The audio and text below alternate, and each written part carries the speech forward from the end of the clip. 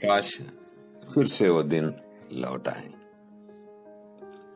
Master जी अगर बच्चे को मारते थे तो बच्चा घर आकर अपने बाप को नहीं बताता था। अगर बताता तो बाप उसे और एक थप्पड़ रसीद कर देता था। ये वो दौर था जब एकेडमी का कोई तस्वुर न था। ट्यूशन पढ़ने वाले बच्चे निकम्मे शुमार होते थे। बड़े भाइयों के कपड़े छोटे भाइयों के इस्तेमाल में आ जाते थे और ये कोई ऐब नहीं समझा जाता था।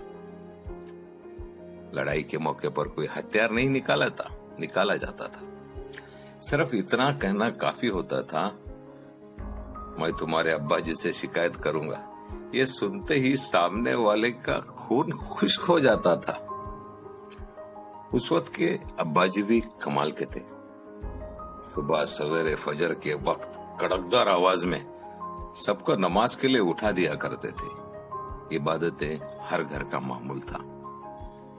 किसी घर में मेहमान आ जाता तो इर्द गिर्द के हमसाए हसरत भरी नजरों से उस घर को देखने लगते थे और फरमाइशें की जाती कि मेहमान को हमारे घर भी ले आए।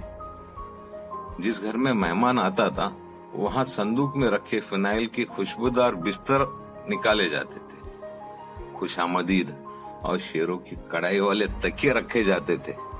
मेहमान के लिए धुला हुआ तवलिया और गुस्ल खाने में नए साबुन की टिकिया रखी जाती थी।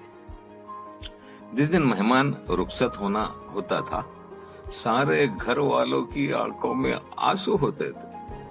मेहमान जाते हुए किसी छोटे बच्चे को 10 रुपए का नोट पकड़ाने की कोशिश करता तो पूरा घर इस पर एहतजाज करते हुए नोट वापस करने लग जाता था।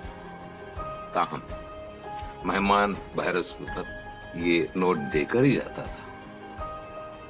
शादी ब्याहों में सारा मोहल्ला शरीक होता था। शादी और गम में आने जाने के लिए एक जोड़ा कपड़ों का अलहदा रखा जाता था। जिस घर में शादी होती थी उनके मेहमान अक्सर मोहल्ले के दिगर घरों में ठहराए जाते थे। मोहल्ले की जिस लड़की की शादी होती थी बाद में पूरा मोहल्ला बारी बारी मियाँ बीवी की दावत करता था। सबका रोना हंसना साझा था। सबके दुख एक जैसे थे। किसी किसी घर में ब्लैक एंड व्हाइट टीवी होता था और सारे मोहल्ले के बच्चे वही जाकर क्रिकेट मैच या सीरियल देखते थे। दुकानदार को खोटा सिक्का चलाना ही सबसे बुरा फ्रॉड होता था। काश फिर से वो दिन लौट आए।